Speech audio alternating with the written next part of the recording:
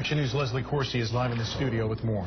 It's a law designed to give you the upper hand if your life is threatened. But the Stand Your Ground law could be on shaky ground as a result of the Trenton case.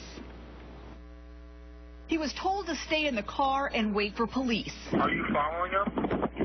Yeah. Okay, we don't need you to do that. Instead, 28-year-old George Zimmerman followed 17-year-old Trayvon Martin, gun in tow. Martin was unarmed. Police say a fight broke out, and moments later, Martin was dead. Zimmerman claims it was self-defense, citing the 2005 Stand Your Ground law, a law that allows you to defend yourself with deadly force if you feel threatened. But is that really the case here? We asked local attorney Randy Reep. As it relates to this particular case, I'm not really sure Stand Your Ground is the applicable sort of argument to be making. Reep says before the Stand Your Ground law, you only had the right to use deadly force to defend your home.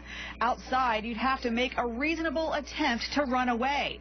Now the same principles that apply in your home can be used everywhere else. When it comes to this self-defense law, where is the line?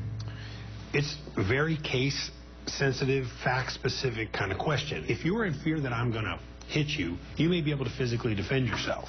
You may not be able to pull out a gun and shoot me.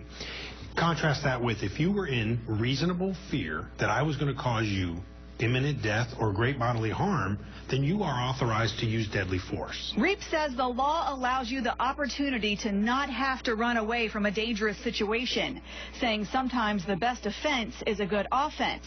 But in the Zimmerman case, he's not sure that argument will hold water. You can't intentionally put yourself in harm's way and then say, well, I was defending myself from that harm. Before the Stand Your Ground law, Florida averaged 13 justified homicides a year. Today, that number has grown to 36. And now Governor Rick Scott is calling for a review of that law to make sure it is not being abused. In the studio, Leslie Corsi, CBS 47 Action News.